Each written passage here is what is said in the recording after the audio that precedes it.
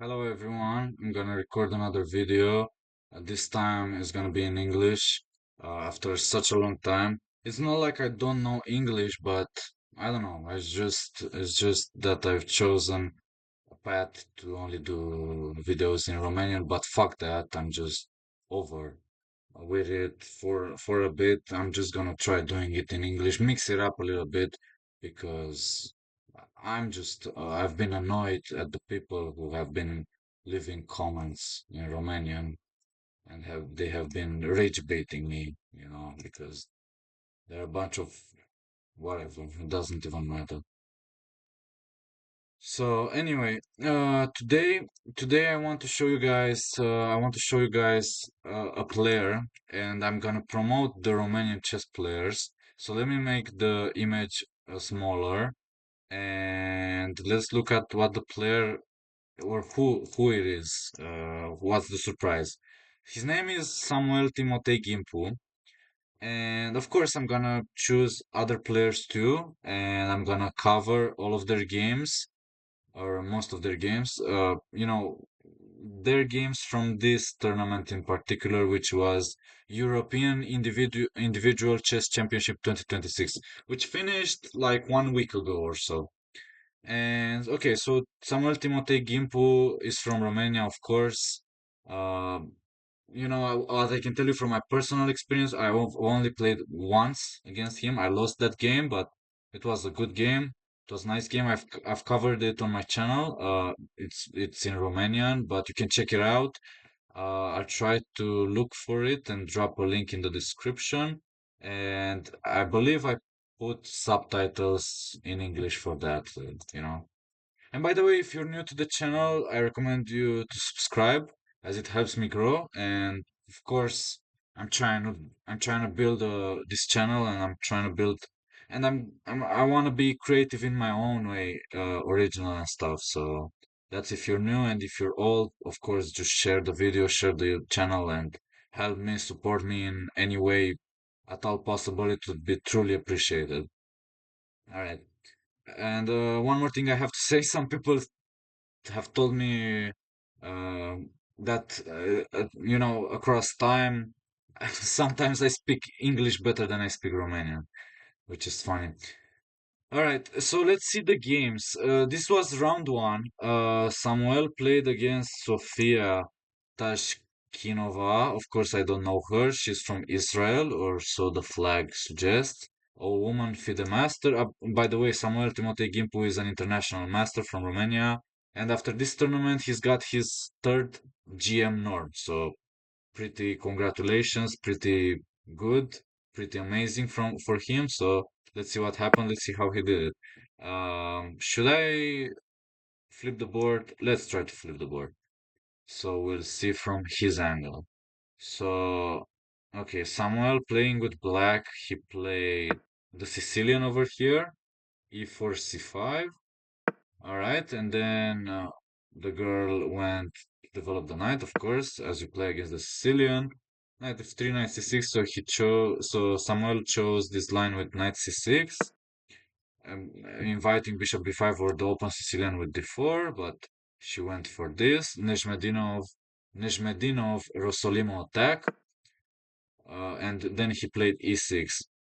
Now I have to mention that when I play online, I play a lot in bullet. I play knight d4, then I capture. Maybe I play queen b6 with g6 and bg7, whatever.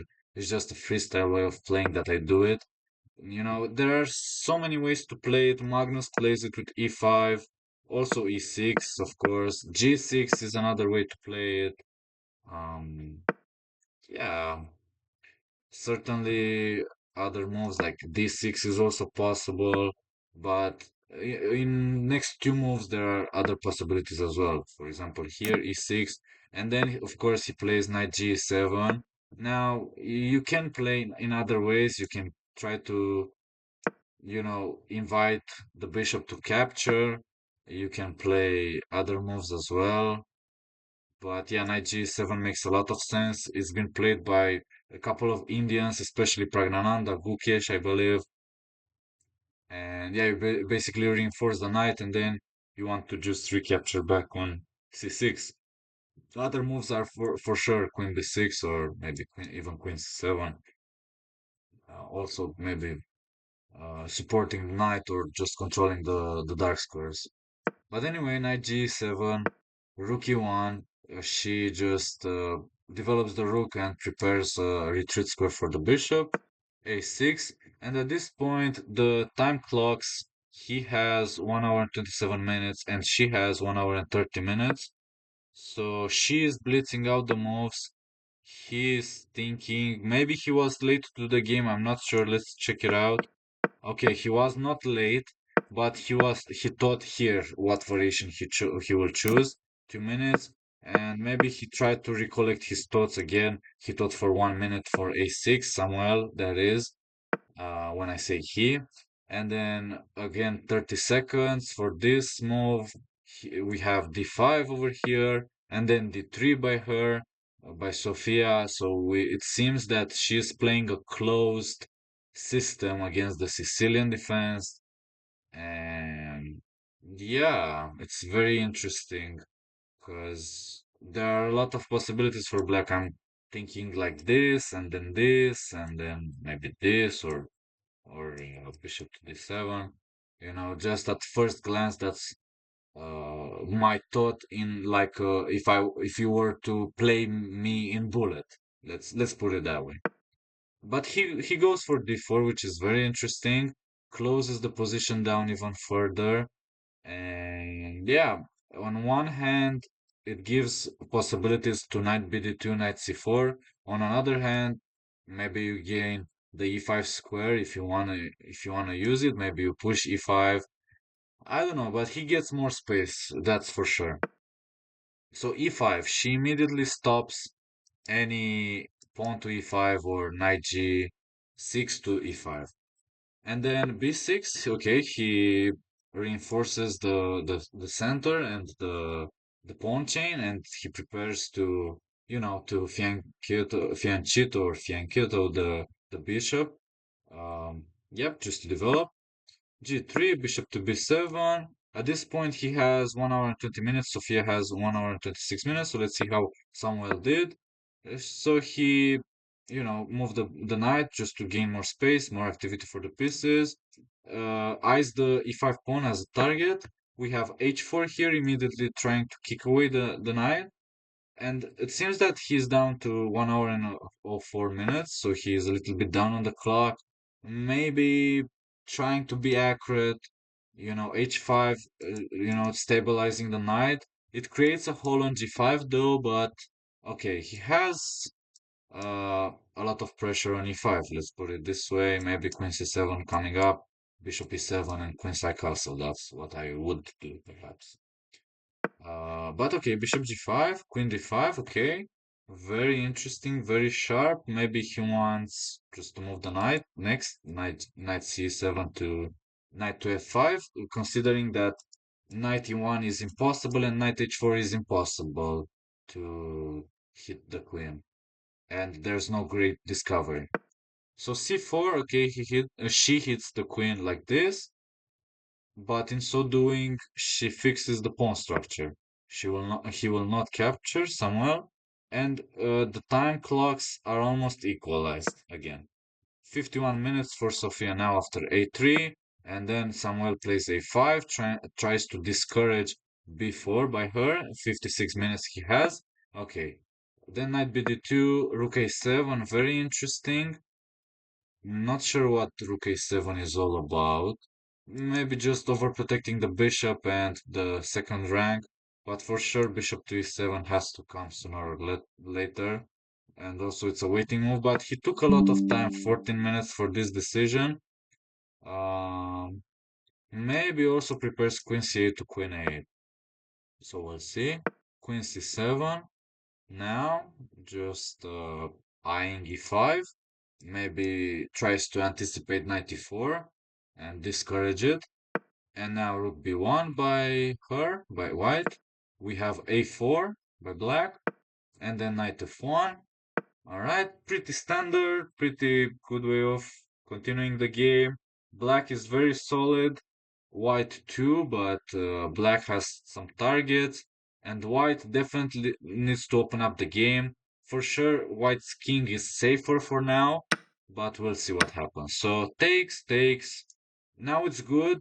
Black usually, I mean, you at first glance would want a castle, but then h5 would be weak, and maybe there's another way to play something like king d8, king c8, or something like that. And then other than that, I don't know, keep the king in the center, but don't open these pawns. So knight 1 d2, knight f5. But okay, I don't have all day to comment on the game. It's just analyzing after the game. It's not like I'm doing a live stream. And plus I have 8 more games after this one. So let's go. I don't know how long is the video. Okay, 10 minutes, 11 minutes. All right. So now the position opened up on the queen side a little bit, the b file. White has a clear target on b6. She is up 8 minutes, which is important. Let's keep an eye on the clock. Rook a6 to defend the pawn. Still the pawn chain is intact, but nothing major happening. The position looks rather in equilibrium, let's say, put it that way. But white is now pressing. Her major trump is that the king is safer. King e7, as I said, that now he tries to improve the king, Samuel, and now she plays knight to e4. And the question is, can you take on e5? Maybe you cannot, as he didn't. For sure, if you take now, first thing is white can take, and then at least take on b6. Maybe white has something better, but at least she would have that. Yeah, yeah, for sure. For sure, maybe there's also something like knight c5 or something. I'm not gonna open up the engine. I just wanna analyze them humanly as possible. And for those who don't know me, my rating. Oh, you can I can just open up a link in a new tab here. My rating is 27,003 in bullet, 2500 in blitz, and 2535 in rapid. So I'm pretty strong myself, as I'm legitimate and pretty, how to say, pretty in a condition. I'm pretty capable to, to commentate on the game and, to analyze. Yeah, my FIDE rating, you can ask me in the comments below and I'll answer to you. Or you can look me up on the internet. So bishop to e4 we have here. Samuel decided to take the knight. Now he has 7 minutes. Sofia has 23 minutes. Definitely a major time gap, but he invested all of that time. Now he needs to make his moves faster. He starts by rerouting the knight first to d7, and maybe he will see there what happens next. Probably to move the rook, play g6, and then hide the king, tuck it away. Maybe that's the plan. But okay, she immediately spots this opening with queen f4 and queen g5, which is a little bit annoying. But okay, he moves fast as he should. 7 minutes he has. He reinforces the knight. Now there comes a check, and okay, if there was not this knight, queen f6 would be very annoying, and still some holes on the dark squares. Luckily, the knights are holding them. But yeah, I wonder if King G7 would have been an interesting idea, but maybe takes, and E6 is very sharp and very brutal. So Rook A8, he tries to stabilize. He just wants to exchange the queens, or at least push the white queen away, as he should. Okay, very good tack, a very good strategy, very good plan. Don't take with this pawn at all. Don't allow e6, and do not get in a worse position. Maybe black is a little bit worse here, maybe much worse, but you don't want to get into a losing position. And it's move 31 at move 440. Both players get additional time. I wonder if queen d8 would have been an improvement here. He goes ambitiously, and he used 1 minute and 30 seconds, or maybe 2 minutes, because 30 seconds you get extra. But hits the knight, and now she self-pins. I don't agree with this move. If I were white, I would play anywhere, knight d2, knight e1, anywhere. I mean, what's the point? Why would you even pin yourself? Like nothing, nothing worse. Maybe Samuel's idea was just to go back, try to hit the pawn, try to get to move 40 as soon as possible, or like queen a4 doesn't work. The rook is protected, so okay. Anyway, hits the knight, then hits the queen, gives up a pawn, invested around 3 minutes for this continuation. Rook g4, but he started an attack now. King e7 and rook a g8 is on the cards, and that's what he goes for. All right, move 35. The times are good. She gets a little bit nervous, I guess. Rook f4, okay, goes after the knight, but in so doing gives up the rook on g8, which she takes. There's no other way, like there's no way to defend the knight, and yeah, it seems that queen takes f3 puts pressure here and threatens queen h1. Yeah, it seems like he got her. Samuel got her.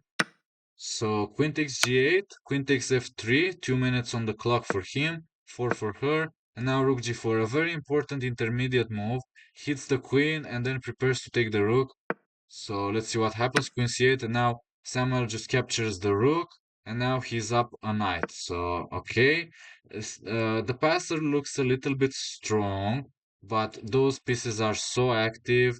Maybe coming up with a third piece would be just game over, or okay, in so doing, okay, not the knight, but the third piece could be the pawn anyway. So she tries to make a new queen, but I mean, you can just take here, and then she just resigned because it's very customary. It's seen like here. If I make a new queen, then I can just play something like this, and then a queen, and yeah, next move is just a checkmate.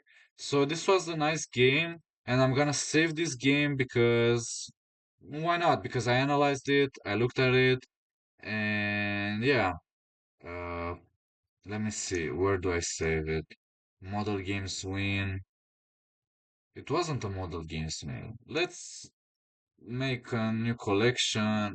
I already had a collection called România May or something like that. Partide cu Români or something. Or I believe that's on my second account. Partide Maestri Mai Mici. Also lower rated masters. I could save it there. But I'm just gonna make a new collection. Romanian games. Romanians apostrophe games. Okay.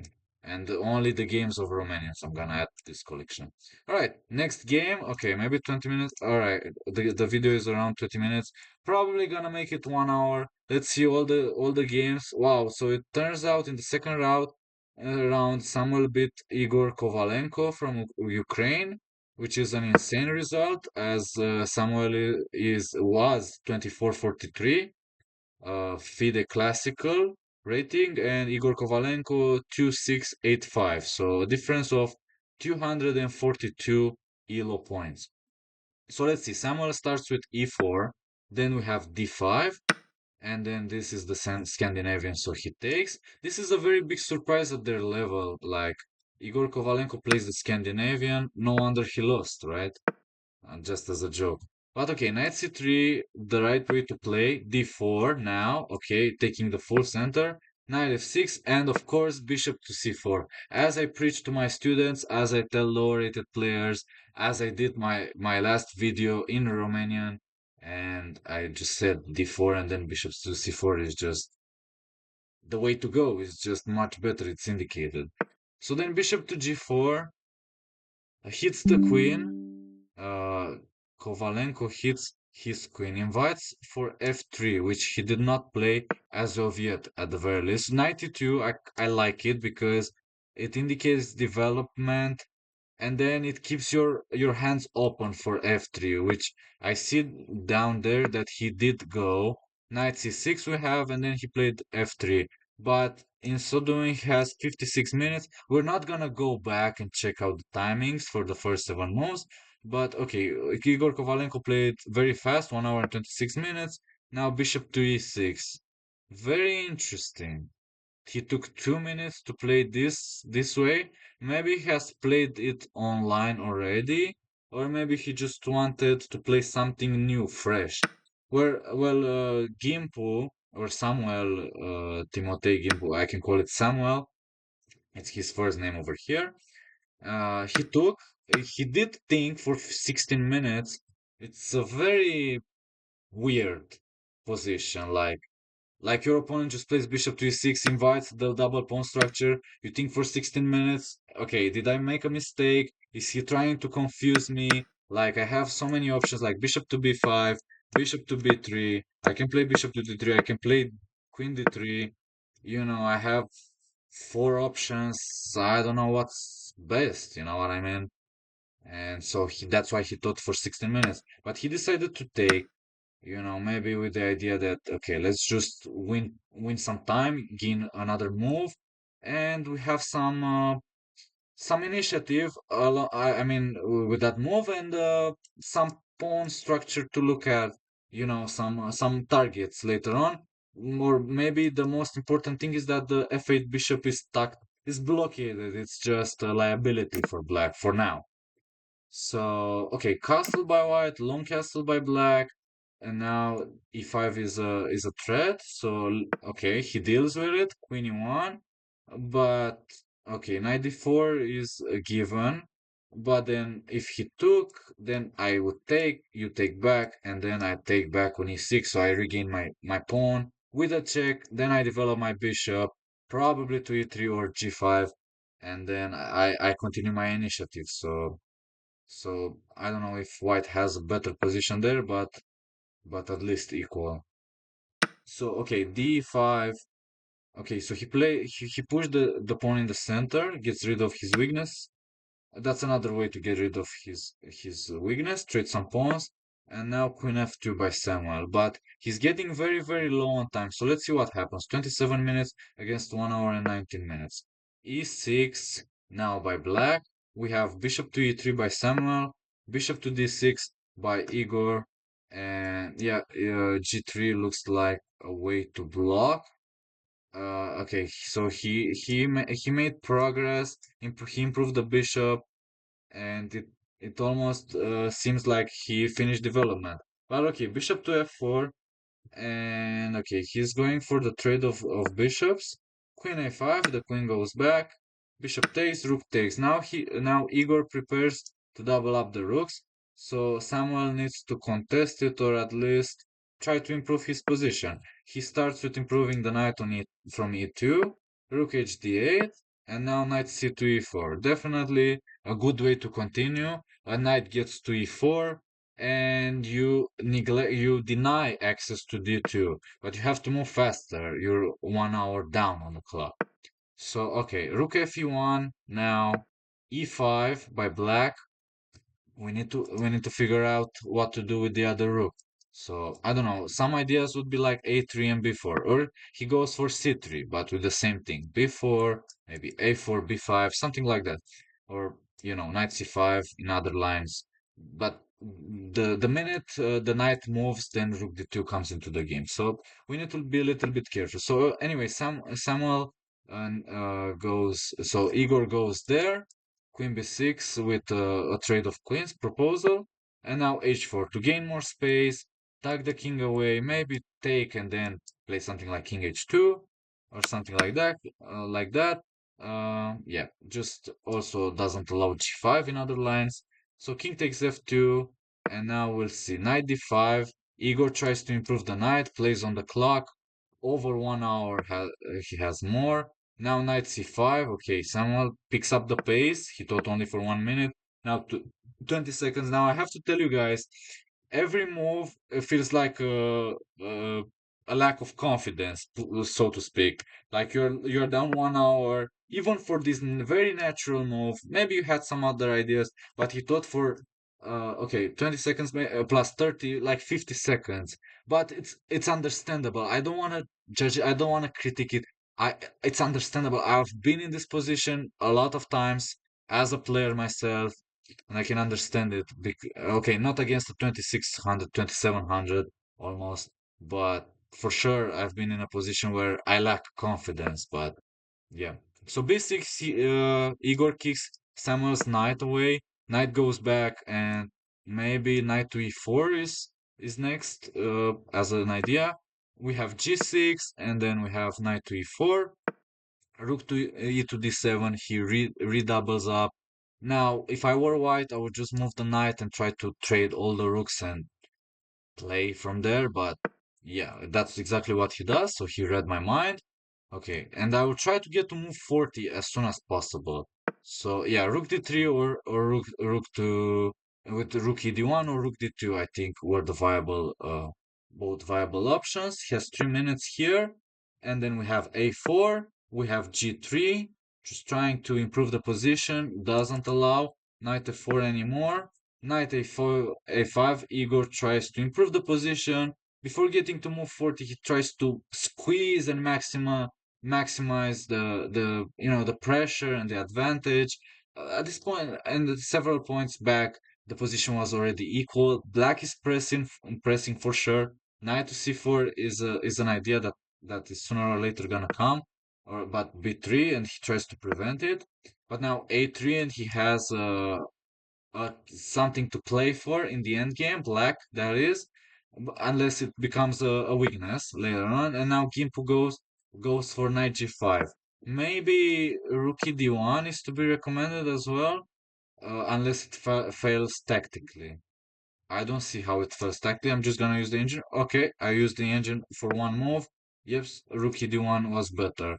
I'm not sure how bad knight g5 is, but it's a good insight that it's only plus 0.1, like with rook d1, so white kept the balance there. Not for the time clock. So 1 minute, that's the main important thing. Move 30, and let's see what happens. Knight c6 before, definitely some imprudent decisions, but he needed to move fast. Maybe he was a little bit nervous, but maybe he's putting a little bit of pressure also on him, made him think a little bit, and maybe he uses that to his advantage. Now you need to bring your knight back in order not to blunder. 50 seconds now. Knight c2 e7. Okay, thankfully Igor went back. I think if he kept the knight on a5 and if he had pushed c5, I think things would have been looking very, very grim. Or, yeah. But, okay, he needed to defend e5. That's what knight g5 did, at the very least. But, yeah, he could have done it with the rook. But now b5, c5. Okay, he made it with 5 seconds, and then 11 seconds we have b takes c6, knight takes c6. Now Igor has to play for this weakness and possibly this weakness. So c4 now.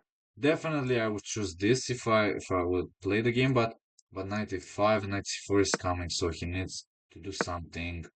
But okay. Oh, okay, so he managed to take the pawn, but knight c2 isn't that okay? On knight c2 he has rook a8. So, okay, Igor lost a pawn, knight c7. Now he's definitely threatening knight c2, so he needs to kind of go back. But he found this continuation very sharp and very nicely. Wow, I'm impressed actually. c5, what a move. And then he played knight c2, but after knight c2 I can take on c6. Maybe bc5 is definitely trickier.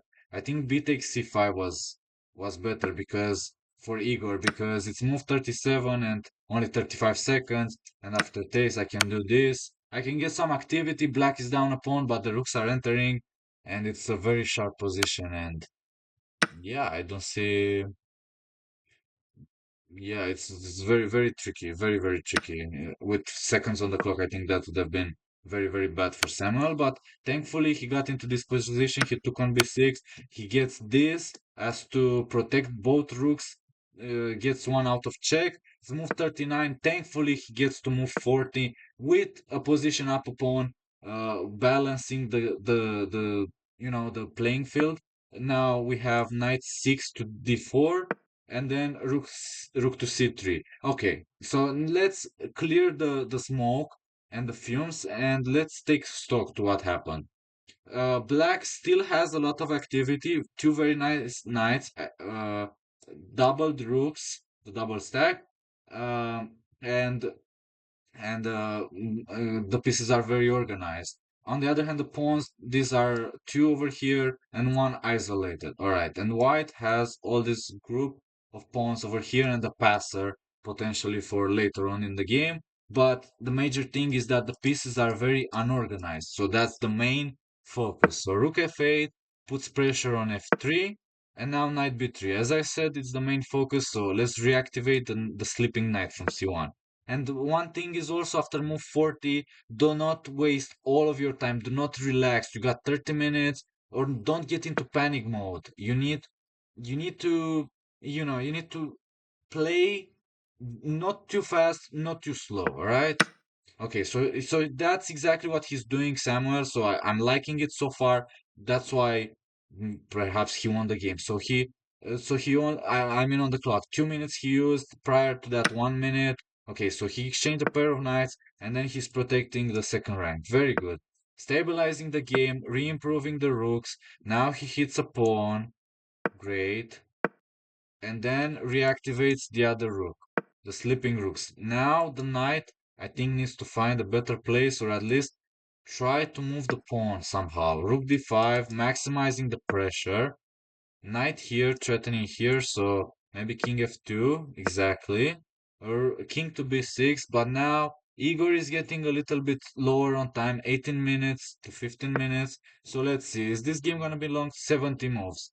Alright, g4 now kicks the knight and yeah, invites takes, but then check, I guess. But still, you can check and take on g6. So I think he made a mistake. Now white is up 2 pawns, h5, and now knight. Okay, rook a4. We have knight c5, and then we have rook a3, rook f6. So Samuel is up 2 pawns and he's proceeding the right way, defending the weak point, the one that is being attacked. Maybe we try to trade this knight. So okay, that's why he put the rook here, not allowing knight to e6. King g2 gets out of harm's way, but I don't know. I would try to reroute the knight next. And okay, rook g7, he just tries to make some moves. Rook f2, restabilizing everything. I like this move. Karpovian style, Petrosian style, Fischer-esque style. And now knight b3, tactician style. If you take, I take, and if you take, check, and then I double rooks. And then your king is gonna be in a lot of trouble. I can double like that, or I can bring the other rook up. So that's why he did not trade, but he thought for around 1 minute.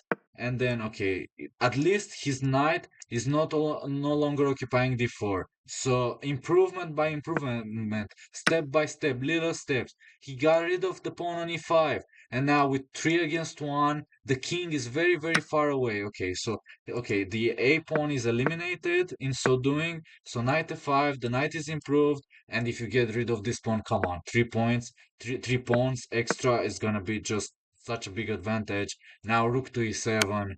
Yeah, and then I take, and then I put my rook on h7, and it's GG. I take this pawn for free, and then I win 3 pawns. So he did not even do that. He's going h6, h7, h8. Look at that. Look at this. I'm impressed. Amazing. Amazing. Okay, 4 minutes, 7 minutes. He has enough time to convert the win. He just needs to play precisely. So one more move, another check, and king e1. And here Igor resigned. He did not want to test him anymore because, I mean, just h7 and h8 is coming. There's nothing to test anymore, right? There's no way to stop it. And that's just it. If you go something like this, I'm just gonna push and you take, I just make a queen. If you give a check here, I mean, there's nothing. You cannot even repeat. Check. I can go even up, right? Or if you tried to do this earlier, I can go to the right way. The checks will stop. And this is it. A brilliant victory, an amazing game. Save it here, Romanian's games. Let's see how much we recorded, 35 minutes. All right, we'll go faster with the other ones. This one lost. We're not gonna be criticizing too much as we're on a lower level than Samuel. Like he's up 300 points more than me in classical rating. I wonder how much he is online. I wish to find out that. But okay. Anyway, so let's see this game. I'm not gonna change the color. Let's see from white side still. and then maybe from black or from white the next game. So let's see, Dimitri's Alexakis, and the game is 46 moves. Good thing is he did not lose in 25 moves, 35 moves. He survived a little bit. Let's see. E4. He goes for his C6, his beloved C6. In the first game, he went for the Sicilian. So he plays a lot of things. He's unpredictable, but okay, maybe not too many. I know that Caro-Kann he plays, and yeah, and C5. I don't know if he plays the French. Maybe he plays sometimes the French. I mean, at the international master level or his final norm of Grandmaster, he must know a lot of openings at the very least, as I also know at my current level. I'm almost a candidate master. So anyway, so he plays the Caro-Kann, counterattacks in the center. E5 we have the advanced variation, and then we have C5, counterattacking on over here. I'm not quite sure what this variation is called, but okay, it's on the advanced variation. Not sure what bracket, what line. So Dimitris Alexakis from Greece, 25-28 rated. He took on C5. He prepared this against him. And okay, this is well known. Like, okay, you can play a3 next, e6, but he plays c3. He doesn't go for the line with a3. You can also play a lot of things here. I've seen people play queen h5. I've seen some other games with bishop to d3 and something like queen g4, queen h5, something like that. Yeah, you can play a lot of things here. Yeah, you can also start developing. You can do a lot of things with white. I wonder what the engine says for the first moves. Oh, bishop to e3 also gives as the first move by the engine, and knight f3 also as the second. So if you guys want to check those out, I recommend to you. And then c3 we have in the game, and then knight d7 to prepare either capture, and then knight f3, just defending this guy over here. Bishop takes c5, so it kind of transposes into the knight f3 line, where you play c3, and yeah, you just take away his squares, maybe you prepare before. So let's see how well prepared Samuel is for this line. Knight bd2, queen b6, immediately putting pressure on f2. Maybe you have to play queen e2. Yep. Queen a6 immediately goes for a queen exchange, which you can go for, and he does go for. I wonder if you would take if you would be better. It's a small edge, a small plus. Definitely the engine doesn't want you to take. So okay, he played well. You either go back and then you play, you repeat and then you play before. Basically, the only move is before, which he played after a 7 minutes thing. So Samuel Gimpu kind of surprised him as he blitz out all of the moves. Now he took, and he went back. So he's trying to get an edge on the clock. He learns from his last game against Igor as the time usage, but he played very well on the board in the last game. So let's see what happened here. He has black here, but okay. I wonder if bishop to f8 is like the best, but it turns out to be bishop to e7 didn't make too much sense. You want to play knight e7. I just wonder if bishop to b6 was any good, but a4 is very, very annoying. So yeah, maybe bishop to f8, knight to e7 here, rook to e1, and then knight to g6 we have over here, putting pressure on e5. That's what he decides. Okay, so bishop to f1, bishop to e7. Now he develops. You need to figure out what to do with your light square bishop as in a French defense, but it's not a panic mode because you can even stay like that for a long time. Like maybe you play b6, but maybe you castle, bring the knight also somewhere anyway and push for f6. Those are two main options. Either develop it on the left side or on the right side. So let's see what happens. A3, and then black castles short. Bishop to b2 we have by Dimitris, and then by Samuel we have knight to b6. So he decides for the latter. With maybe you can play bishop b7, maybe you can play f6, just like in the French. All right, but now c4, and yeah, it's a little bit annoying as white gets a little bit of an initiative, breaks the center. You have to take, you cannot allow pawn to c5, but you're better on the clock, Samuel. All right, so let's see what happens. So he plays bishop to d4 before recapturing. Maybe he wants this over here. So maybe knight d5 is an option. But now c3 we have. Whereas he took back with the bishop. Very interesting. Maybe also knight d5 was an option, as I would use this bishop as a means of attack later. I don't know how, but definitely as a target. It's annoying as it's in the middle of the board, but I can safely block it with b6. That's what I would think. Maybe I choose just b6 and bishop to b7. I wonder if the engine agrees with me. I guess not. No, I guess not. No, no, it does not agree as an accuracy, but he definitely says knight f4 and it's 0-0 equal. And don't ask me why. I guess this was not a threat, taking the knight over there and coming there, because the other knight comes to d5. So on g6 it did its job, it was useless later, and so you have to remaneuver it, but at least I am right in a way. A knight needs to belong on d5, and you can safely guard b6.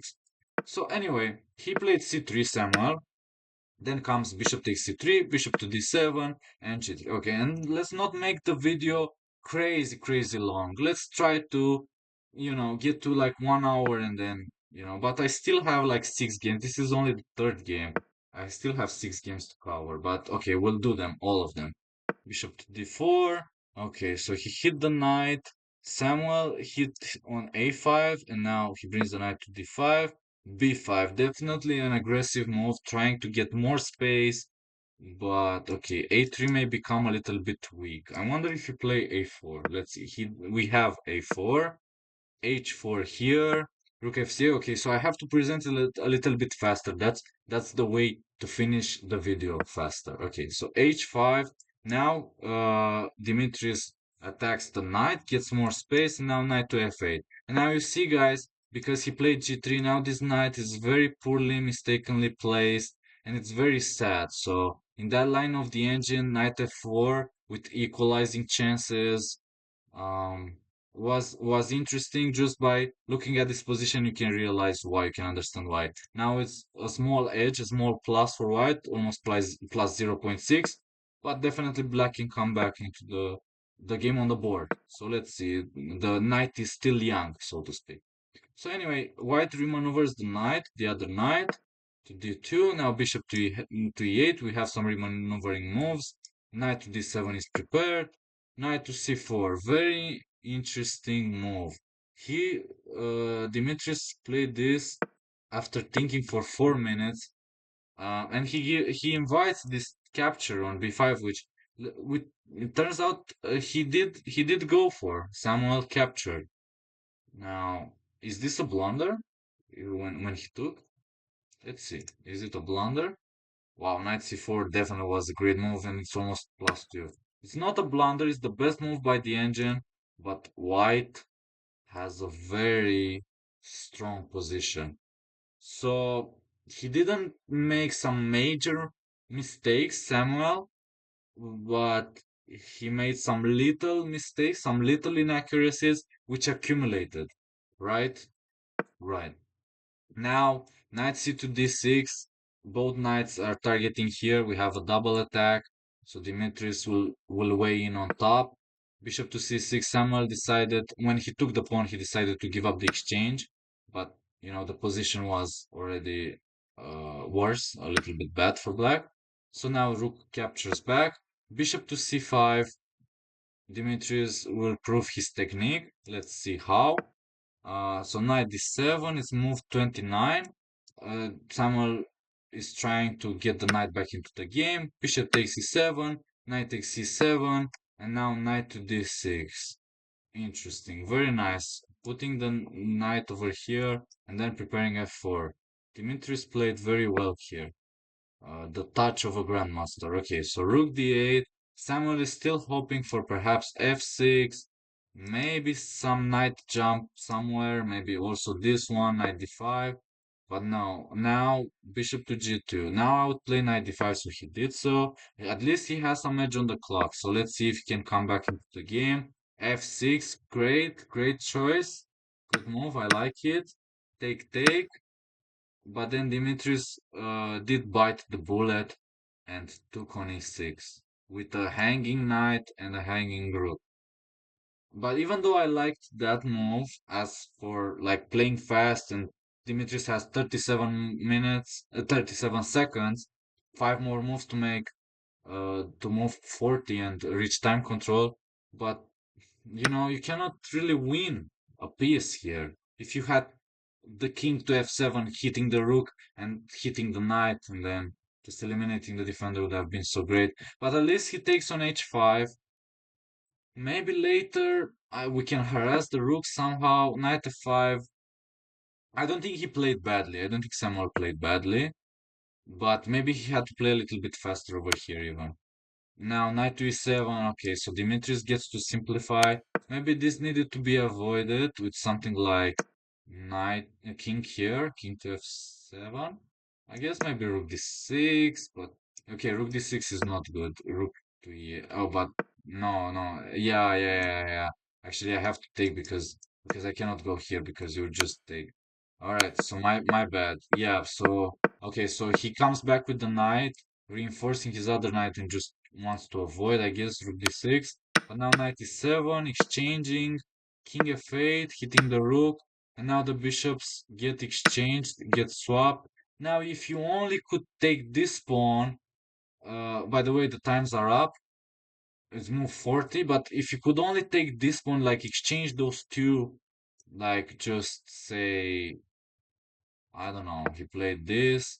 If you could play something like this, and here, whatever. I would just give you those two pawns and play this position. You have major chances to draw the game, hold the fortress, and so on and so forth. But as it stands, he did play b5, rook c8, king f7, rook b8. He did try to hold it, but this guy Dimitris gave it a check and then put both rooks on the seventh rank, which looks very bad for Samuel. And then he even played f4, and then Samuel resigned because there's not nothing to do anymore. There's not much to play.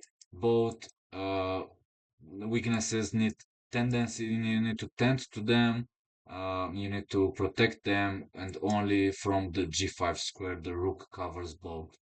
So you would have to play something like rook g6. You drop this, and then slowly but surely, white wins the game. Takes this pawn, like whatever, just here, here, here. Okay, yeah, not like this, but you understand what I'm saying. Like here, king, any king move, and then just pushes the pawn. Okay, black will try to put up some more resistance, but in the end, this would be like white's plan. Push the pawn, put the rook behind the passed pawn, push the pawn. Maybe if the knight can come, like in another variation, give up from the for the pawn, but still white would be left with a whole rook up. So that's why Ghimpu decided to resign earlier. All right, let's see the next games. Let's see the draw. Here, 68 moves. So all are fighting games. It's insane. It's interesting. So here we have a call system. All right, and already 48 minutes have been recorded by me. All right, by the way, guys, I need to tell you again, I have to announce to you, please subscribe if you like it. Please support me if you want to see more videos like this. This would keep me, buffed up. You would boost me and you would encourage me. You would support me. It would be very much appreciated from the bottom of my heart. All right. That being said, let's move to the next game. So he decided to play like this. First, bring the knight, bring d4. Samuel here. Push the pawn to e3. d5, bishop to d3, bishop to d6, castles, knight b to d7. So we have a slow game, pretty much symmetrical. He's playing against a FIDE master um, from Portugal, lower rated by rating, like 163 points. But you know, a FIDE master is a FIDE master, and you can never uh, It's not indicated to underestimate any opponent, especially in a tournament like this European Individual Chess Championship. So he strikes with c4, Samuel.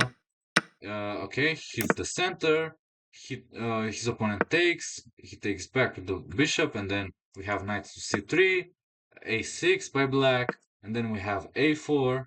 We have c5. He hits the center, so it looks like a queen's gambit, but like accepted like a call system. After he takes it, it will look like a queen's gambit accepted. You know, CD, ED, yeah, definitely. Playing against the isolated queen pawn, IQP, in short. Queen c7 making a battery from black, and then bishop to g5. And we see some reminiscence of the past two games because Samuel lost the last game. As you lose a game, you lose some confidence. So now 1 hour oh 07 is his time clock. You can see that he's taking some time. Maybe he wasn't too much satisfied with his position. Maybe he was looking for some other options, but he's down 20 minutes on the clock. So maybe he's a little bit destabilized after the last game, after the last result, which any player would be, and myself included if I had played. So anyway, we have knight to b6 over here, bishop to a2. So now he tries to keep as many pieces on the board as possible, and he prepares something like rook a d1, and bishop to b1, or rook a c1. So let's see how. Okay, we have rook a c1, queen b6. He gets out of the discovery potentially. You know, rook fd1, Samuel finishes development, and yeah, the plan would be something like this, a battery along the light squares. Knight to f4, his opponent hits the queen, queen d2, and even this move he took 13 minutes, whereas it's a very simple continuation. I don't know why he took so long. What would you even think of instead of this? And I mean, there are other options, of course, queen c2 and queen e3, but I mean, queen d2 is the most logical, most natural, but all right, so definitely losing some confidence over here. Bishop to g3, and then we have rook d8 by Gustavo, his opponent. Bishop to c2, we have by Samuel, and then an exchange of bishops. He took back, and then knight to e7 we have. All right, so the position didn't change too much, still pretty much equal, but the IQP is still here, and as the pieces get traded off, black is just getting a clear view at the targets. It's getting, more and more stable, and he can even push for an advantage. The IQP loses its power after the exchanges if you don't get anything significant. So yeah, a5. Now he hits the queen, and he is very low on. I mean, 45 minutes lower. Now around 50 minutes after this decision to take on b7. But he, in return, black gets an active rook and an active bishop, and then bishop to c6 to trade the bishops off. But white does have a pawn up, maybe this one or this one, but okay, it's not the best of pawns, and probably black will regain it sooner rather than later, but okay, a pawn is a pawn for now. So f5, rook e2, and already you can take back the pawn. So black gets his pawn back, but you have some initiative with white, some ideas. Takes, rook d6, rook c to e1, pressure on e6, and he decided to give it up, which is weird. Maybe you can play king f7, but then knight e5 and knight e5, knight c4, and yeah. Sorry for not being able to draw such good arrows. Well, okay, the pawns get exchanged, the structure is symmetrical, but white's rook enters in the game. Samuel has 6 minutes, but okay, only 4 moves to reach time control. G3, the position is very stable, but it's hard to defend over here. So he gives a check, then he plays rook b8. We have Wow, we have knight to c3. What a move. Preparing knight to d1. This is a brilliant move. Wow, that's insane. Whereas when you take, he can take back. So let's see if he did so. He did not take. Okay, luckily you have here and here. But black does not go any further. Knight c4 is also another idea, but he still goes for knight d3. Move 40 is reached, so we have around 20 more moves until the draw is settled. So in this end game, basically Samuel tried to push, and then he brought the rook up. We have rook b3, knight to d6, rook to e4, king to d2, rook to d4, pawn to f3. Trying to keep an eye on e4. Maybe later on push this guy over here, but for sure you have to play knight to e5 or knight to c5. You need to improve the knight and improve the rook and attack g7 and find two targets at the very least. The pawn and the king. But okay, he didn't play badly, Samuel, but he is down on the clock again. 2 minutes. And no extra time will be gained. So this is move 60 now, king f2. Now has 40 seconds, so maybe this aided to his decision to get to a draw because he did not have time anymore. If he had more time, maybe he would have continued the game. Now he is getting pressured here. He's gone passive, and then his opponent proposed a draw after rook to d6, which he accepted, which I believe is the right call. You just pack your things and go home because 40 seconds left on the clock. You played whole couple of hours. You tried, you went up and down, and it didn't work. So just go home, rest, and go for the next game, go the next day. But okay, I've recorded 56 minutes. We're gonna push past the 1 hour mark. We're only at the half games viewed by the Romanian player Samuel. But let's see. I still am gonna do all of them. If I said so, I'm gonna do them. I'm not gonna do two parts. There's no point in that. I just learned from this, and in the next games, I'm just gonna organize my time better. Okay? And I'm just gonna. So I'm gonna start it by now. So I'm gonna organize the games better now. So it turns out in the fifth game with the black pieces, Samuel decided to surprise his opponent and he played the Philidor defense with pawn to d6. Very interesting. With e5 knight b d7. It's a playable opening as Magnus has showed it a couple of times and other grandmasters and of course Philidor and prior in the past Nimzovich and other people. Ham line variation is called this line. It's interesting. And now rook g1, g4. Okay, so there's a difference around exactly 200 points. And Michal Karpus is a FIDE master playing against Samuel. So let's see. Samuel, our hero here, plays h6. This is very similar to the Keres attack. Against the Keres attack, g4 is a Keres attack with rook g1, and you still play h6, and then white would follow with h4 and g5. But let's see what happens. There, bishop to e3 and queen e2 also is being played. Bishop to e7, okay, h4. Now he took on d4 just to gain some space. Queen takes d4. This is interesting because there's no knight to c6 to kick your queen. So, okay, I'll do the commentary faster. Okay, this helps me because it's only a 28 move game. So, okay, g5 now by white, knight to e5. Wow, what a move. Very interesting. Inviting takes, but getting knight to f3, reclaiming the knight with a royal fork here, here, here, and just trapping everything, the queen, the king, and the rook. So bishop to e2 is kind of forced by white. H takes g5 we have, and then knight takes g5 we have. So the g file is opened by Michal, but Samuel, let's see how he deals with it. Definitely h4 is for grabs, so he takes it. Let's see if anything happens to him. His knight gets pushed back, but he goes forward. So he thought for a long time, he calculated a lot. He ended up with 17 minutes on the clock, and his opponent Michal has 56 minutes, just castle long, and white is down one pawn, and he will try something. So okay, queen b6 tries to go for the trade of queens and gives up a pawn for some compensation, along with the rook being open and some active pieces over there. And Michal goes for it. Okay, so he takes the queen, he takes the pawn, but rook h2 is also another possibility. Knight h6 first, releasing an attack on f4.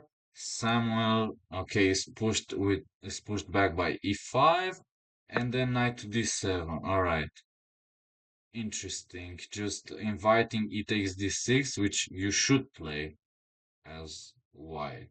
Shouldn't you? Like, after this, I was thinking if takes, maybe bishop to f6 is what he feared, but why would you fear this ever? Like, maybe this is hanging this and rook a2. A lot of things are hanging, but I guess, I mean, first of all, you need to invite black to take here and then take here. He needs to give up the bishop. So I don't know. The knight is looking a little bit weird over here. Bishop c4 is a move. So I believe bishop to e3 was quite interesting, but at the very least e takes d6. He played bishop to c7, tried to keep the position stable. So let's see how white lost. So knight c5. Okay, Samuel tries to activate, brings the knight, opens up the bishop. It's time to go.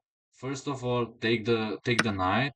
Rook takes and then knight to e6, defending everything, attacking everything. It's a double attack. Okay, and then a rook sacrifice. Take the rook. So Michal wasn't satisfied with giving up the piece, for example, here, here, and here, of course, who would be? Alright, so he just blundered, Michal. Then Samuel capitalized on it, but he had 2 minutes, so props to him. Oops, sorry. Let's move back. Props to Samuel for finding the right continuation in time trouble. Rook h2, activating the rook even further, and bishop to f6, knight to e6. We have bishop to c4. Yeah, black's position is quite stable, no major problems. Knight to e4, knight takes f6. We have e takes f6, and then king f8, sidestepping any knight to d6. But he has 52 seconds on the clock. a4 by white, and rook h4, and now Michal resigned the game. Even though Samuel had only 1 minute, he just didn't play anymore. Maybe I wonder if it was a kid. If it was, I don't think it was a kid. I wonder if it was an adult. You can still play with white, maybe 96, but yeah, like yeah, but b6, maybe I play bishop to a6. Maybe I will still win the game. Yeah, black is just up a rook. you know, After some pieces get traded off, the game is gonna be clearer and simpler. Okay, so 5 games covered for Samuel. Okay, 1 hour or 2 minutes. Games are gonna get a little bit faster as there's a draw with another Romanian guy. We'll see that.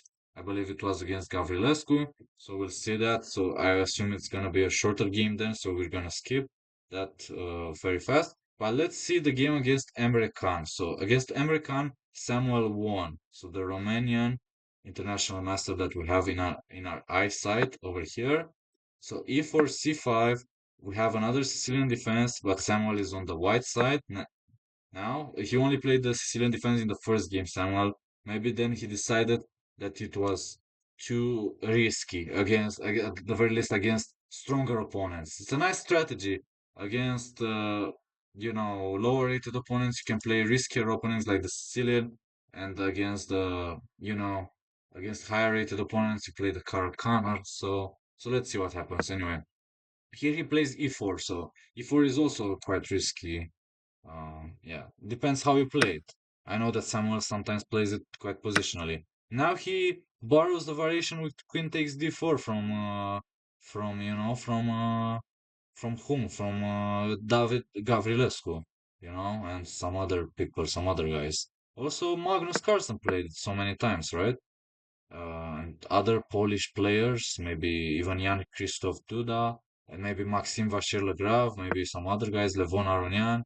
Anish Giri, I don't know. Bishop. Anyway, let's get back to the game. Bishop to b5, and now we have bishop to d7. We have queen to 3, and now Emre Can goes for g6. Emre Can, by the way, is a Turkish player, Grandmaster, 100 and something points, 103 points more than Samuel, and of course he's been a top player for Turkey for a long time, past 2600. I'm not sure how much more than 26. I'm not sure if 2650 or even more. But anyway, g6. Now castles by white.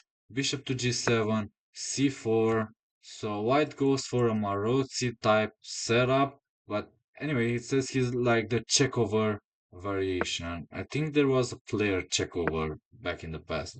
So anyway, knight c3, white just wants to develop the pieces naturally and just play for the minimal edge. So it's interesting that he won the game somehow. So h3, playing very prophylactic, not giving g4 to the enemy. And now a6, and he immediately takes on c6. Um, you can also prolong it or wait for it with this, but it's not that bad to take. So bishop takes c6, bishop takes c6, and now knight to d4, pressuring the bishop, but then Emre Khan plays queen to b6. Now rook to d1 by Samuel, and we have knight d7 by Emre. He released the bishop, so he was attacking knight, bishop to e3. We have queen to b2, and perhaps rook to c1 or rook a to b1 is to be coming next. Rook a to b1 we have, and then queen to a3. We have knight takes c6, taking the bishop, releasing the rook. Maybe rook to b3 is coming up next. Takes back, and then knight d5. Wow, what a move. And okay, by this, now it's clear that white has an advantage. Yes, because we're releasing an attack and then a second attack over here, takes with check, and then for sure it's gonna be a great game. So king h8, rook takes d3, knight to e5, and now rook takes d6. White suddenly wins a pawn and threatens another one. Um, yeah, he won actually more pawns, but he's up a pawn. So anyway, rook to e8, and now we have just rook to b7, reinforcing the knight before capturing on c6. His point is that I just want to invite you to take here, and then I will take with the rook, which is what happens. Actually, he does not take, but even finds rook d to d7. He did think for a little bit, but I kind of like this. It's very ambitious and it's very aggressive. So Emre takes on e3. Definitely, he puts the pressure on Emre. He thought for 5 minutes, as it's very annoying. These rooks are very, very annoying. Like knight to c6 can come, and then knight goes back or something. So let's see. Rook to c7. But yeah, you're just keeping the rooks over here. Like, what's the opponent gonna do? Like, maybe also rook to d8, but okay, he starts with bishop to h6, but this just improves my position. King to f2 was an automatic earlier, even without provoking it, and I think the bishop is worse over here, so yeah, but he tries to get rid of the knight, so this was his idea. King to f3, but Samuel did not move the knight, and then he played this rook ending. Rook takes, rook takes, rook takes. So Samuel gets into a position, a rook ending, where he's up a pawn, double e pawns, but okay, he's also up on the clock. So okay, he managed to convert this, which is impressive. E5, wow, okay. So rook to e6, I think, is perhaps an inaccuracy, but what to do? You have to activate the rook ASAP. But how? Maybe it's not really an inaccuracy, but okay, rook b6, rook b2, you have to do later on. Black is already worse, so e5, I like this move. It's a technical move and it's a great move. Rook to c7 now. Rook to a5 also made sense, but okay, we have rook to c7, trying to, anticipate rook to b2 with e6. So king to f8, he unpins. Emre, rook to a7 we have. This is a very interesting endgame. I wonder if it's equal. Okay, it's plus 0.5, so white has a small edge. Okay, so a4. This is played like in the Rubinstein way of playing in Capablanca style, you know? Now Emre gets a little bit impatient. He plays rook c5, threatens both pawns. Of course, you take on a6. But wow, he played e6 first. I wonder, wow, what about this move? Wow, great move. So he made a little bit of a mistake, some mistakes, Emre, earlier with moving the pawns. He stood still. He was supposed to perhaps seek active counterplay sooner. But wow, e6 is just such a great move. and it's exclamation mark with a5, exclamation mark with e6. Because if you would play like this, maybe he gets a draw over here, Emre. Yeah, maybe brings the king here. The rook will come behind the passed pawn. I don't know. I'm not so sure, but e6 just nips everything in the bud. It's similar, but you have more weaknesses as black, and the rank, this rank is more open. So okay, 1 hour and 10 minutes for the clip.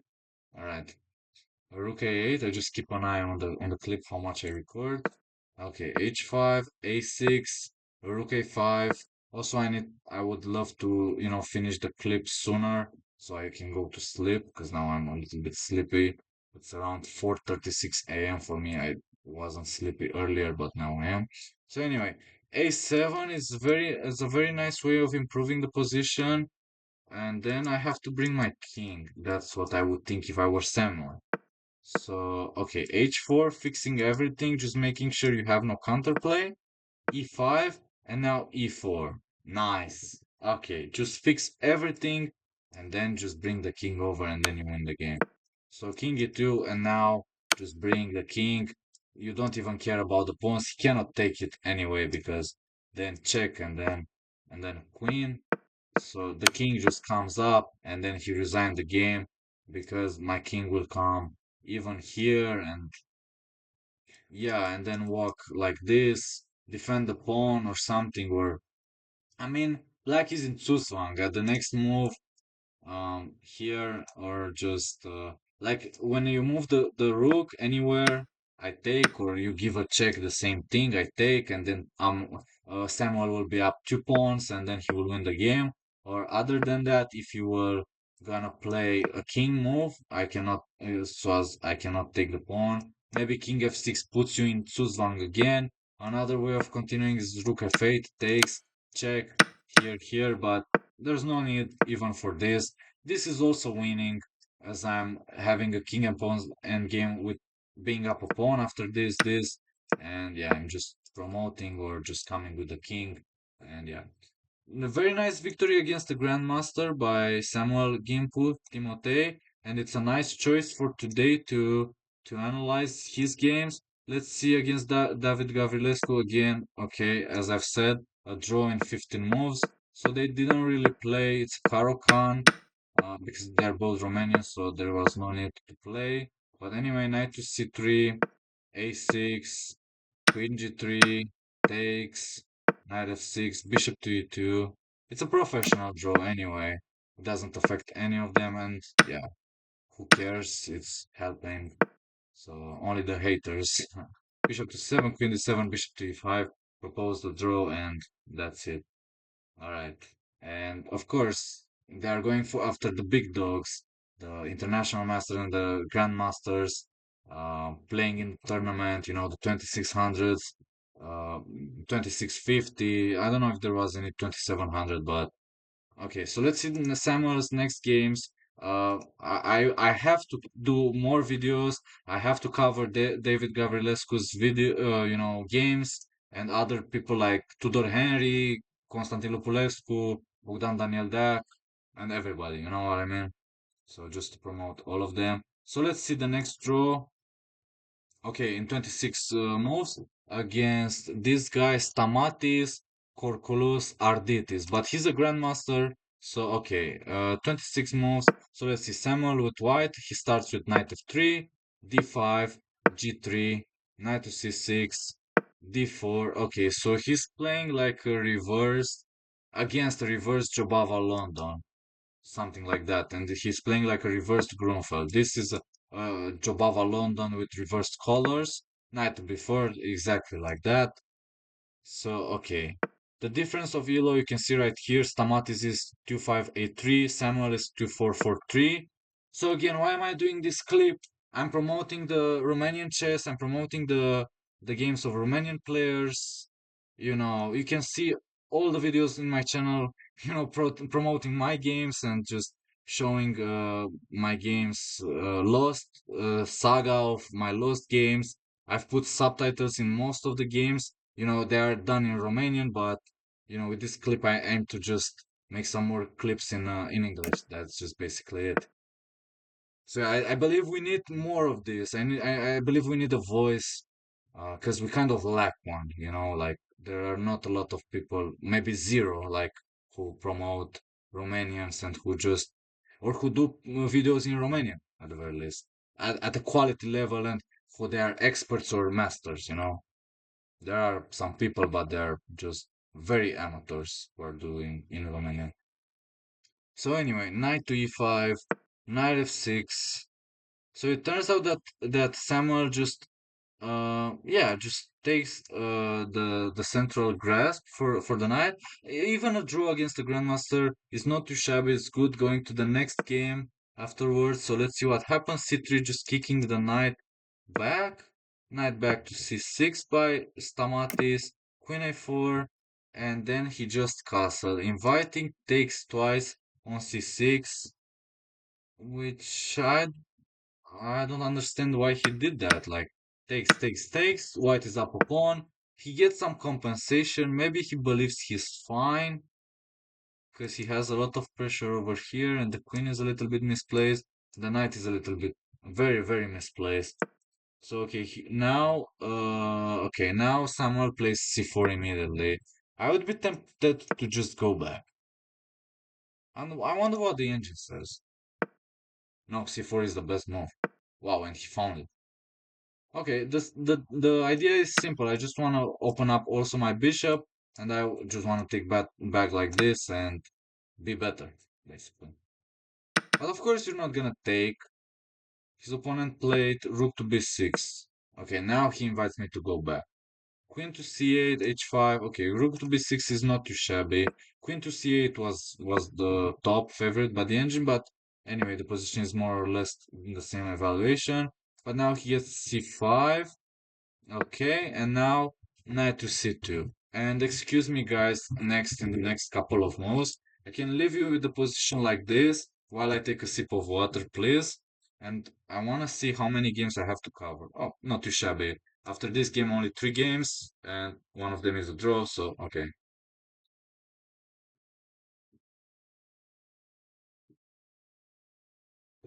By the way, Samuel, after this tournament, getting 7 points out of 11, he moves on to 20 ELO plus, almost like 19.8, and he's getting closer and closer to 2500 ELO.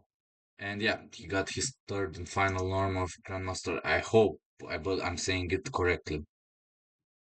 So yeah, I mean, I think it's a good thing that I'm doing these videos. You know, whenever I would be playing some tournaments, I wish somebody did this for me. You know, like just promoting my games, just enjoying them, just looking at them, analyzing them. Like nobody did this for me, and nobody's gonna do it for me. It's just the way it is. Like, you know, having that support. But you know, who cares? Fuck that. Like, I'm gonna do it for people. It doesn't matter. I'm gonna be the missing void that is. Anyway, so knight c2, Samuel tries to reroute the knight. We have d takes c4, d takes c5, bishop takes c5, and queen takes c4. Samuel is still up a pawn, and then Stamatis, let's see what he goes for, queen c8. A cheeky threat with bishop takes f2, and a check, and then picking up the queen. So let's see, bishop to e3 stopping that, neutralizing the bishop over here, but in so doing, let's see if he gives up the pawn. So, okay, bishop takes c3, knight takes c3. I believe black can just go rook takes b2, which he does. So Stamatis gets his pawn back. The rook is very active. So I wonder, it's a good thing that he did hold the draw. So let's see how. Queen takes c4, we have rook takes c4. Possible is rook takes e2 here, which he did. So Stamatis is up pawn even now. Rook to a4, but definite pressure over here. It turns out you cannot defend a7. But rook to b8, Stamatis, the Grandmaster, is trying to activate his last piece, the rook. But then we have knight takes f5, e takes f5, and then rook takes a7. And so knight to e4 now. Okay, activating the knight. but just basically inviting this. But okay, bishop to f3 is also a nice resource. Good thing he did have this move, and rook b2, and only now take the knight, and rook to e7. He proposed a draw to Stamatis, and he accepted. It, it's a practical decision. Samuel was 5 minutes down on the clock, only moved 26, and yeah, I, I don't know. White is a little bit better. Maybe it's equal. Or actually, yeah. So white is not even better at all after f5. Of course, f5 would come. I was thinking that white is a little bit better because you have the a passer, but the rooks are so active that it doesn't even matter. Like I'm just gonna play rook b1, rook a1, and those pawns are quite nice. But yeah, it's just draw, I guess. So good thing that he did make a draw against the Grandmaster. So okay, Romanian games, 7 games here. I don't know why I have 7 games. Oh, I forgot to add one. Maybe I didn't add the game against David Gavrilescu. Okay, so this was the 8th round. Wow, wow, I don't have to analyze 9 rounds. I have to analyze 11 rounds. Wow, I got trolled. I got hijacked. I got cheated. Oh my God. Damn, what a mistake, what a blunder by me, Hein. Alright, so we're coming up to the next game. It's a double white. So I believe this is round 9. Yes, round 9, playing again against the Grandmaster Robert Kempinski. So we have our hero here, Samuel, playing again e4, again against the Sicilian defense. So let's see, d6, d4, will we have an Idorf? Yes, we have an Idorf. Let's see, takes. Yay, there's an Idorf. Let's see, what does he go for against the Idorf? Bishop to e3, the English attack. A little bit boring, very positional, but nevertheless, very practical, good edge for white and interesting. So e5, knight to b3, so he goes for the old line, bishop to e7, h3. Okay, not so old anymore. h3 is definitely not something you would do in the past. Queen d2, of course, f3 and then castles. That's more that everybody had been played and yep, they are still playing it, but okay, h3, a nice nuance over here. What's the point? Just getting the square out of black's hands, g4, and just preparing g4 myself. Like if he doesn't go h5, maybe I go g4. Knight bd7, black just values development, a4, stopping b5 as well. So because black's plan would be like b5 and then knight b6, maybe knight c4. It's a little bit annoying. Also b4 with knight takes e4 is very, very annoying. So a4, just stopping all of that stuff. B6, bishop to e2, bishop to b7. So let's see. Robert Kempinski puts pressure on e4, bishop to b7, bishop to f3, defending, reinforcing the pawn. The bishop looks a little bit weird over here, but maybe you play knight d5 later on. It's not very clear what black would do. Queen c7 we have short castle. So it's a positional line. No g4. h3 was just so that you get a luft for your king. You get rid of the g4 square from black side. Knight to d2, remaneuvering the knight. Yep, this is a problem piece. Usually by white. Not sure where it goes and how. Like queen e2, knight c4, or just you redefend the knight and then you remaneuver the knight and then you play c3. That's another possibility. So let's see h6, rook to e1, or just like in the Spanish, play knight f1, knight g3, knight f5. That's a long maneuver, but okay. It's pinpointed by Samuel.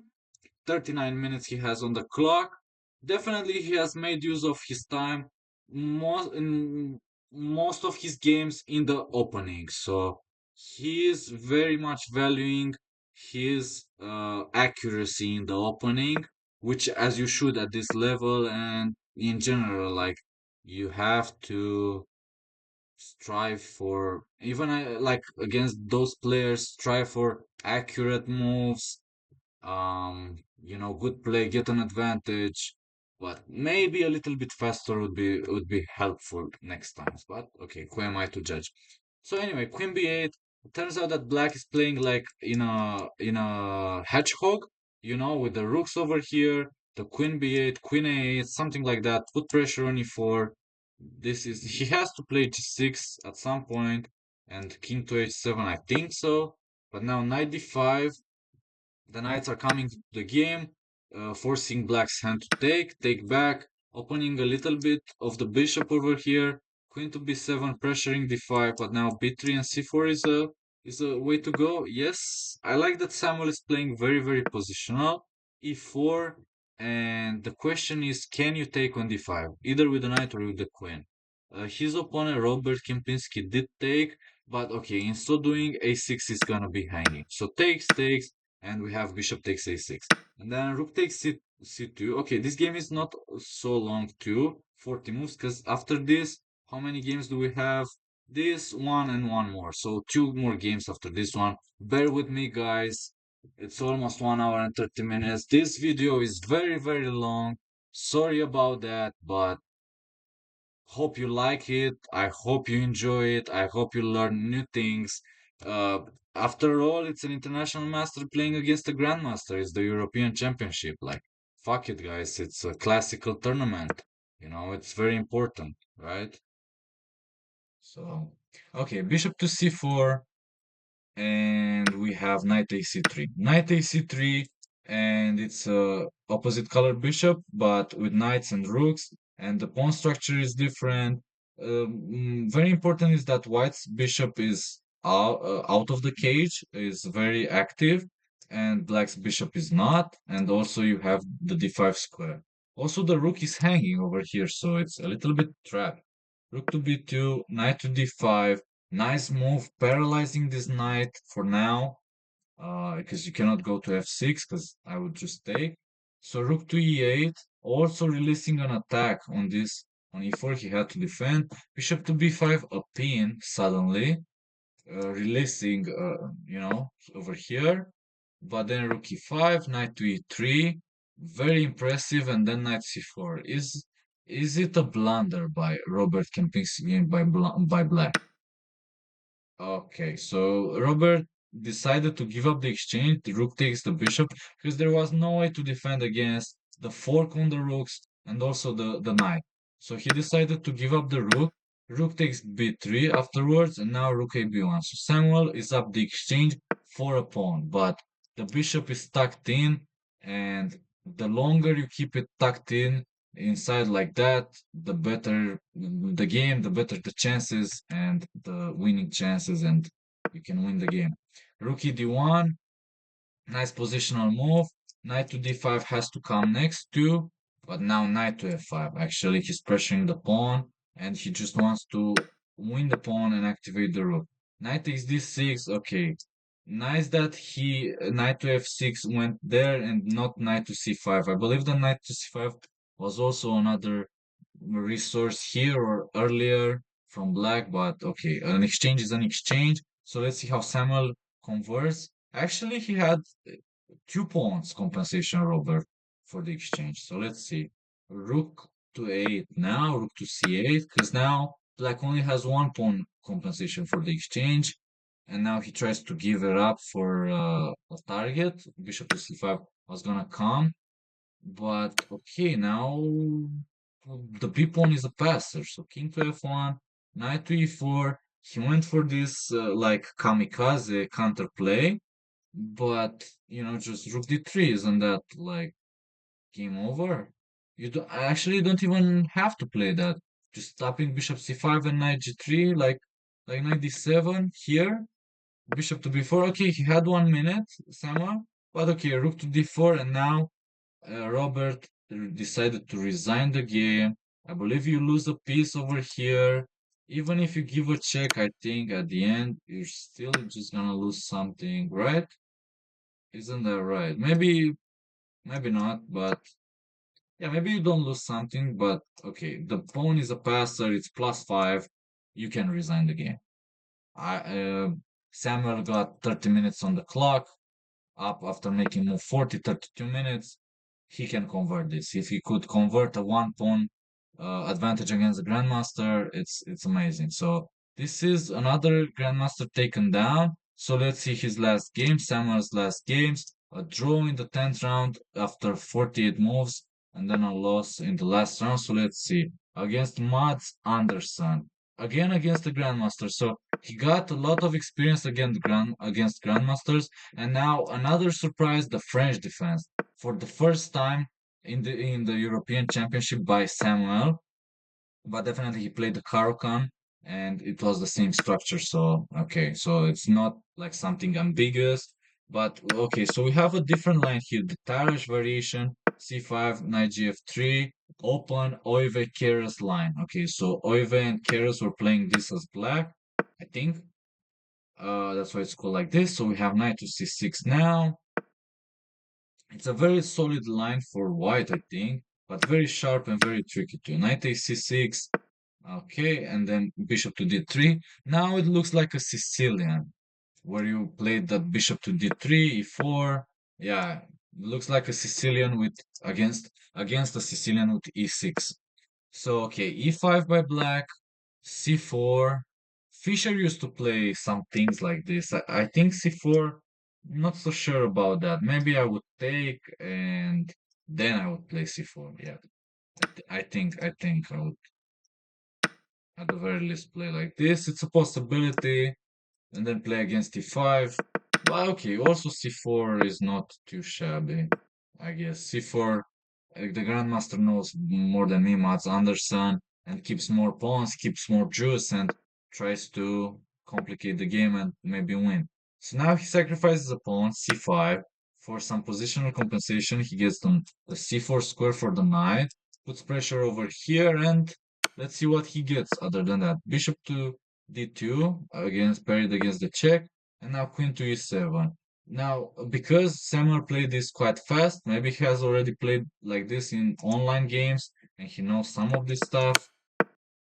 Is c5 accurate? Oh, c5 is the only move, like plus 0.1, or also you can castle and then allow c5. You can also play like this before, and what if he takes, then you play c5, so it's the only way to fight for an advantage with white, c5. And then again, I think knight c4 or something, so you have to sacrifice a pawn sooner or later, but black should be fine.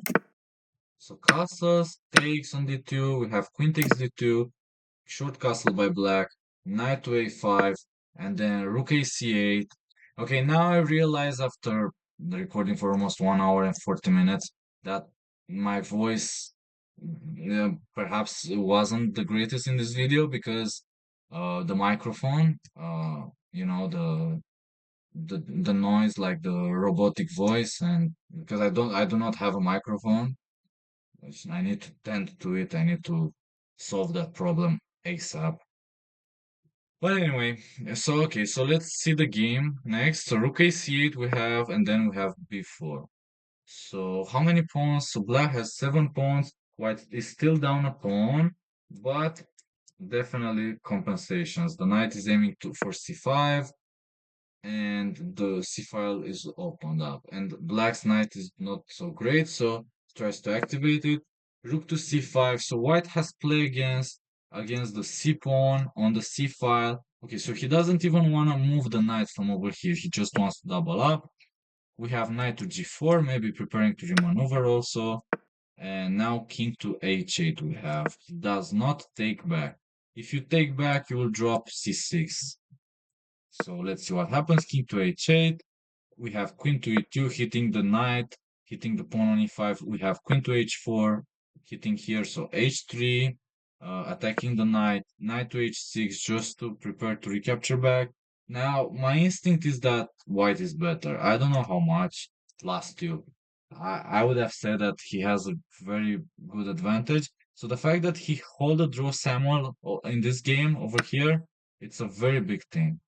So, okay, rook takes e5, we have bishop takes f5, bishop takes f5, knight takes f5, and we have knight takes c6. With a nice tactic that you cannot take the knight on c6. Now, if you guys want, if you're still watching the clip, This is a moment I will give to you guys. Pause the video clip, write down below, or just say it, but really pause it and try to solve it. Get better at chess.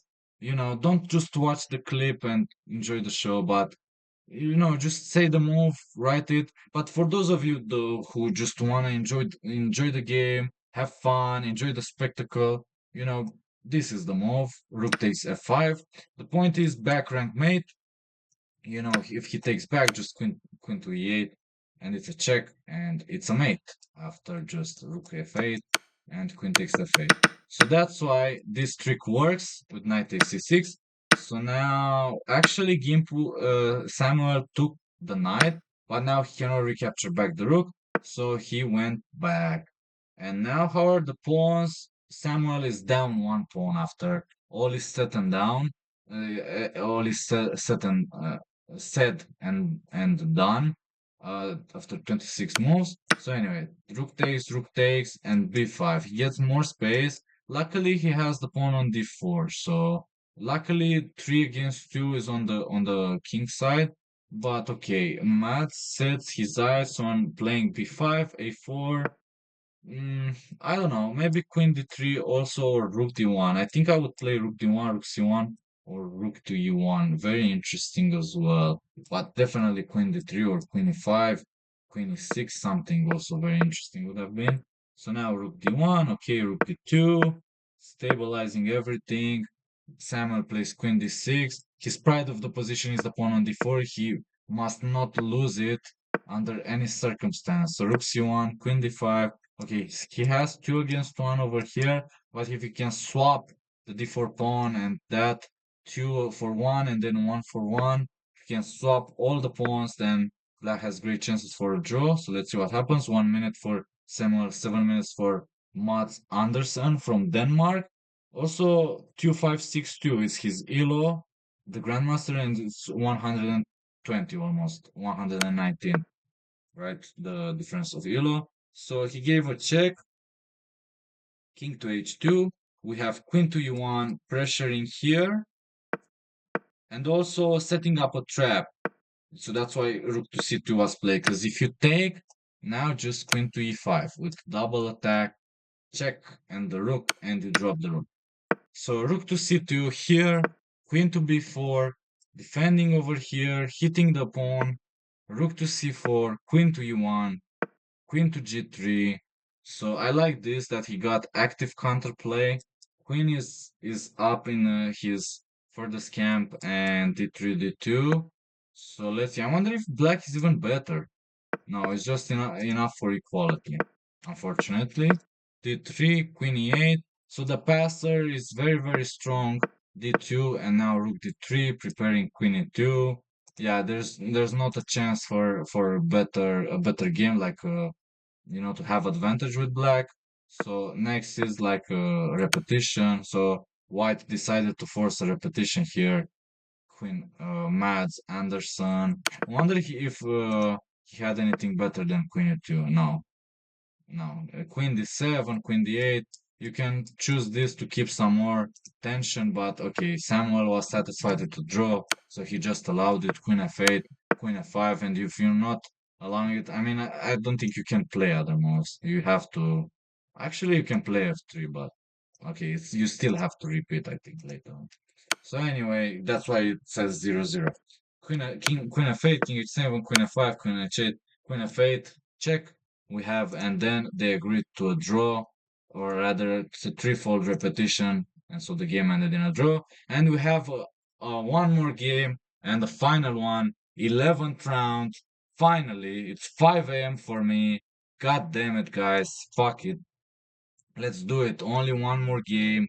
And we have our superstar Samuel-Timotei Ghimpu. Let's see the final game against another Grandmaster. So this is like, how many Grandmasters has he faced? But all of them are title players, so it's no joke to play against the. I mean, not against like in the European Championship. So he's faced 2, 3, 4, 5, 6, 7, 8. Wow, 8 Grandmasters. And he scored 7 out of 11. So eight grandmasters in 11 rounds. That's a lot of grandmasters. And definitely he sets up for the pro scene, Samuel-Timotei Ghimpu, and I like it. Just like it. I like what I'm seeing. I like the games. I like the results. Of course, everybody would like to see like 8 out of 11, like a little bit more, like a more superstar, like, or for our other Romanian players, but we have what we have, and I'm just gonna cover what we have, and I'm gonna give them a reason extra, plus reason for them to prepare. Like, hey, Mr. Fighter Chess is gonna promote you. Hey, he's gonna make videos about you, analyze the games. He's gonna make you famous. He's gonna put you on the map. He's gonna, you're not just gonna go play a tournament or just have a break. You get 2500, you become a grandmaster, and then you retire, become a coach or something like that, or you get a job. You get a job as an engineer or an IT, and like fuck that, fuck all of that shit. Already, if you want, you can become a professional player if you want to. If you don't want to, that's good. It's still fine, but I'm just doing my job, man. I'm just here to support. I'm just here on my YouTube channel just to grow my YouTube channel. I'm not gonna lie about that. I'm not gonna hide about that. But I'm also just giving love and giving support to the people that I know, and to my fellow Romanians, to my fellow Romanian brothers. Anyway, too much. Too much. That was too much. Sometimes I'm a little bit too much. So anyway, e4, c5, the last game, final game of the European Championship, the final one against the Sicilian defense. Let's see the final game, the final zero, how he lost. Okay, so this clip is gonna be around 2 hours. I made a 2-hour clip for Samuel. How often do you get a 2-hour video made exclusively for you? I don't know. For me, nobody does that for me. So I think it's something to be very proud of. Very, very proud of. Anyway, queen takes d4, but he's not gonna be the only one, I think. Knight to c6, queen to d3, knight to f6, knight to c3. So we have the checkover variation again with queen takes d4. It's again the checkover variation. Okay, so sometimes he plays the queen takes d4, sometimes he plays the knight takes d4.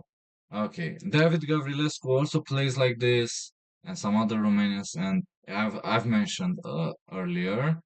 And okay, so now a6, knight to d5. I was just wondering why not play like the old with b3, but not old. It's the new, but it's been played so many times. But I guess queen to d2 is more like in the spirit. Here, g6, here, and then he goes. Not actually, you have to play bishop to h6 sooner, but here I think you have to play like this. Bishop to h6 sooner with the knight on g8 is more accurate, but and I think that's the Magnus Carlsen line. He put his name, he put his label on it. So yeah, you guys can check it out. Go ahead and play it. But here we have another line with knight to d5, and this the latter grandmaster from Lithuania, Valery Kazakovsky. I hope I pronounce it correctly. 2572. Very interesting. Also, we have some other Romanian, Felix Antonio Ilinca Ilinca. I can also, maybe as a recommendation, I can try to also cover his games. But definitely I have to make videos shorter because it's very late and I'm taking too long, and perhaps nobody's gonna watch this video. But if this gets like, I don't know, 1,000 views, maybe 10,000 views in like a couple of years or 1 year, then as I'm smiling and laughing right now, my work wasn't in vain. My work wasn't for nothing, my struggles, just me here at 5 a.m. recording a clip, trying to do some stuff, trying to be productive, trying to do some work, trying to be useful. Anyway, so e6 kicking the knight. So it's a very interesting strategy by the grandmaster. He first drops his knight on d7, doesn't exchange any of the pieces, just wants to kick the knight back. Bishop to e7, he basically signals that knight to c5 or knight to e5 is gonna come next. By the way, this as I've done right here, it looks like a Vastica, like from the Nazis. Don't mind me, it was just a joke, just a stupid joke. And anyway, b6. You know what? This video needs like some memes. That's why, this clip is probably not gonna get as many views. Maybe the ones I'm gonna cover in English, I'm gonna make some memes, just here and there, but I don't have the required energy to do so. So, as I've done it very seriously, there's no point in let's just finish the game, finish the clip, and then maybe I'll use a sound effect. So we have castles over here. Bishop to b7, we have. Samuel is playing well, confident now. You see 5 minutes up on the clock. Knight to d4. Maybe also rook a d1 first, or rook f1, or b3. All of them decent moves, or rook fd1 and rook ac1 depends. It's just like a hedgehog from the black side. Knight to d4, black just doesn't exchange. Rook c8, you have to play b3. Knight f6, now you have to play f3, right? Keep the position stable. Now rook f to d1 and then another rook ace to c1. Just playing against a hedgehog, coming up from a Sicilian, the Checover variation with queen takes d4, bishop to f1. So I like it from the Grandmaster from here, Valeri, or what's his name? Yes, Valeri by h5, and then like he's trying, I don't know, h4, h3. Other ideas, I'm just gonna give you one right now, guys, are here, here, here, here, like just to show it to you. So let's say here, here, here. Okay, let's say I don't change the character of the position. I just want to show you this idea. Maybe you can incorporate it in your games. And yeah, maybe later just push g4, g3, or h5. This was done from Fischer, maybe what was his name? Ullman, or I think Portish. It wasn't Ullman, or yeah, I forgot his name. I'm sorry, guys. I'll try to remember for the next time. Anyway, so h5. Some other ideas are also possible, like here, here. Yeah, b5, d5. Yeah, you can take a screenshot for this, and the color has changed for the board. I don't know why, but anyway.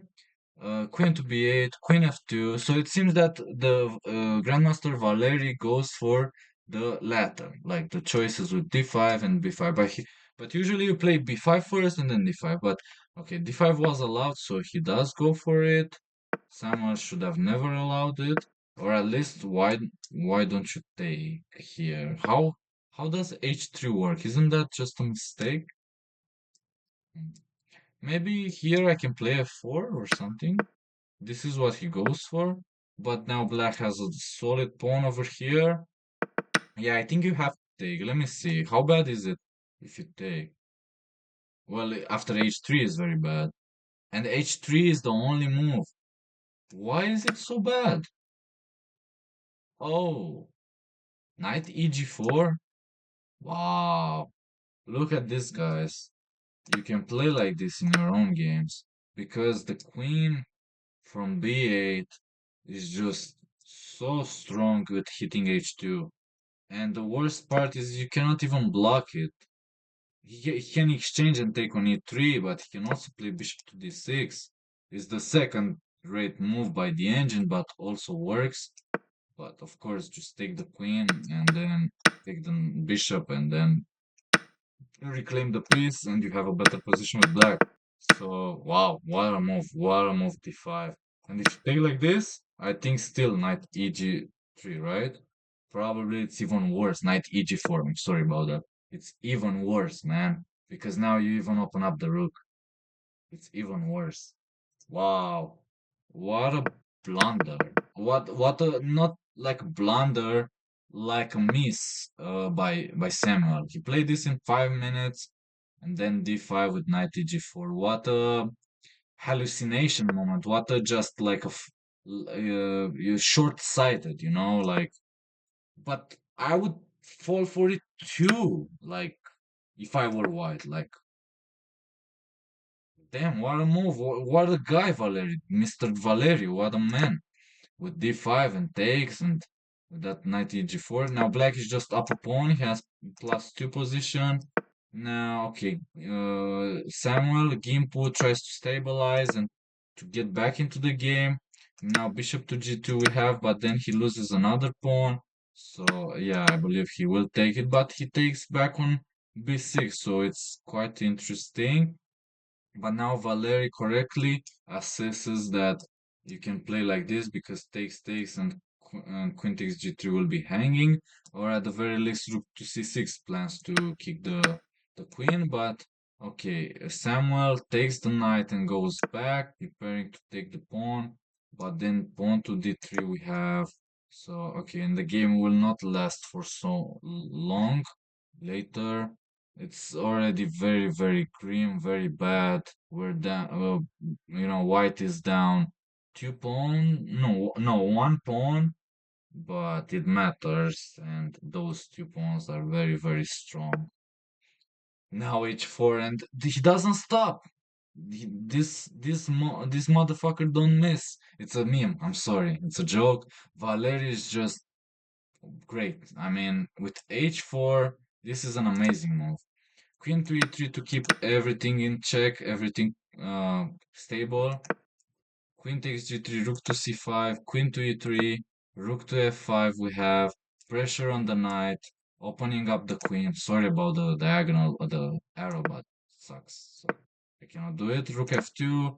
We have queen to e5, bishop to f1. It looks like it's very, very seriously shows that Samuel is struggling, tries to fight back, but he cannot really find the defense. Knight goes back to g2. We have rook takes f2, king takes f2, and bishop takes h3. A beautiful sacrifice in the end, after which if you were to take perhaps e3 or something, what's the point? Maybe d2 also. d2 and d3 or something like queen d4. I'm just gonna cheat, guys, just to see the best move, which is e3. And also you have queen to b2. You can pick up the rook. Sorry, guys, I'm just very, very tired by now. But I was wondering about e3. If you take, I guess queen b2, right? And then I take the queen. Okay, I saw this with my own eyes. Okay, guys, I'm tired, but I'm not a beginner. All right, I can't believe I finished the games. I finished analyzing. I'm gonna finish the clip right now. Oh my god, 2 hour video clip. I wonder how big the size of the clip is. If I need to cut it to be able to upload it to YouTube, or if it's in the matters of gigabytes. But anyway, those were the games, guys. I'm gonna go to sleep after this one. I hope you enjoyed. This was it. Samuel from Romania, he scored 7 out of 11. He lost the final game, unfortunately, but yeah, definitely an amazing feat. Just playing 8 Grandmasters in one tournament, in out of 11 rounds, playing against 8 Grandmasters, even if that was a draw against the Romanian one. But just amazing. He won a couple of games, at least three. I saw wins against Grandmasters. He lost two and three draws, I think. So it's amazing. It's just great. So it turns out that if you make three draws and three wins against Grandmasters, you get a Grandmaster norm. Well, it's not so simple. You also need to have the right amount of points. Like he had 7 out of 11. I think he was just on the limit. Maybe he needed like at least six or something, or maybe at least seven. I don't know. You guys can let me know down below in the chat in the comments if you know about it. And just a nice thing, if you like the video, maybe consider watching other videos. Maybe give me a suggestion down below what recommendation for other videos, and let me know about your opinion, thoughts. What did you think? about this clip and the games and stuff like that. If you found that, pause the video a moment. And that's about it. Subscribe, smash the button of subscribe, and see you next time. Thanks a lot. I like it. I appreciate it. I appreciate you. And yeah, thanks for watching. I'll see you next time. And I'm gonna cover the games for the other Romanian players. And yeah, I'm gonna do clips in Romanian too, in my own native language. And I think I'm gonna keep doing some in English as well because I need new subscribers and I need to attract more people. And if people in Romanian are just not gonna share it and like it's very hard to promote and people don't really click on it, I'd rather do it in English, where people don't know me and I can speak in English and I can just not get judged. You know what I mean? Like I get rid of this fear. I can speak for how long I want in English, however I want. People or less people know me in English, less foreigners know me, so I can be myself, because the Romanians that know me, I feel a little bit, a lot of pressure. I feel a little bit not a little bit, I feel a lot of pressure. I feel like shame. I feel like I'm gonna get judged. I feel like if I say this, I'm gonna get pointed at, I'm gonna get ridiculed, like ha ha ha ha ha, and get made fun of. And, but fuck that shit. I hate it. I hate that bullshit. I'm just here for the games, here for the good vibes, fun, for learning. And I hope you are too. I hope you guys enjoyed. So check out my other clips. Thanks for watching. And yeah, I just remember that I have to put a clip in the description below, I think. If not, I'll see you next time. Thank you. Bye bye. Mr. Fighter Chess out. See ya. Later. Bye bye, guys.